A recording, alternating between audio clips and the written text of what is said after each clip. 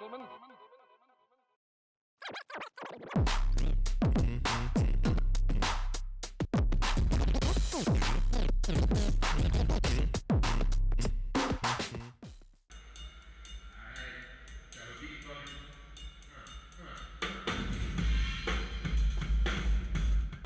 name is Tobe Donohue. I'm an audio engineer, drummer, and turntablist, and sometimes I teach all of those things.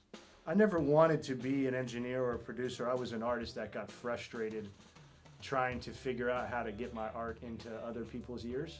So for me, it was always like being a painter, but not knowing how to stretch the canvas. You know, like needing somebody else to put the paint on the palette, and as soon as they did that, I picked the brush up and I'm really good, but I can't do any of the other shit, you know, so I'd always felt in a responsibility to the craft of the art, the science of it, if that makes sense.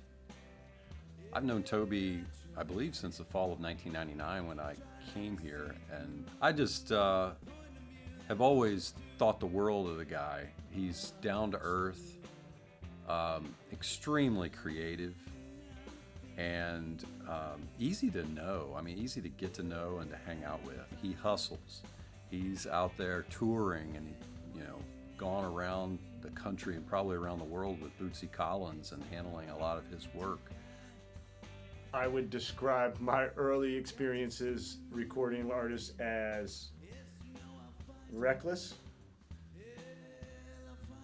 always passion driven, not concerned with the rules and regulations, but more the emotion that the art resulted in. And then I met Bootsy and started working with him, and then I worked with everybody from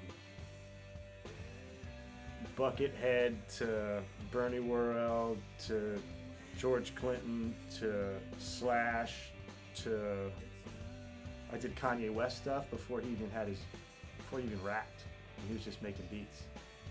The more success you have, the more responsibility you have, the better you want to do everything you do. You know, and if you get a good opportunity to work with somebody that you think might be higher up the totem pole than you are, then you better do a good job at it, or else you won't have another opportunity like that. He incredibly skilled when it comes to music production, audio engineering. I think you can kind of see it in his eyes when he is, again, just casually talking to you, but then when he's in his element of whether it's, you know, in a control room and working with gear and working with artists, I think then you see that professional side of him come out. But even in those circumstances, he's just always been easygoing and fun-loving. Monkey game staging. I start a whole. My monkey, mix your music. So I was the department head for 5 years, and Tobe, we were able to get Tobe on as an adjunct professor, and always professional, always on top of what he was doing in the classroom. I think the feedback we've gotten from students has been terrific. You know, and a good part of that is because he's a working musician and working producer and engineer, and he's been doing it a long time. And so when I got the opportunity to come and teach at my alma mater, I was interested in it for the challenge, but what I get out of it is that it forces me to put my mind in a more malleable place, because I'm surrounded by 19 and 20 something year olds basically that are learning everything for the first time, so everything is new and everything's exciting.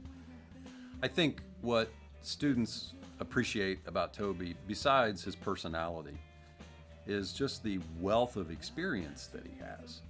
Right? People like me who have made academia their profession, there's always a level of where we have to kind of convince students that we know what we're talking about. When you take someone like Tobe, who's been a professional in so many different areas of audio production, and he steps into the classroom, he has instant credibility. So I think he brings that strong level of professional credibility into the classroom that I've got to think that students appreciate. So I realized after coming off tour and having to find something to do that was home, local, and fill the gaps in from my touring stuff, I realized that I've actually been teaching people for most of my musical career, even though I've never been a teacher. I've just been sharing the passion for the art that I have.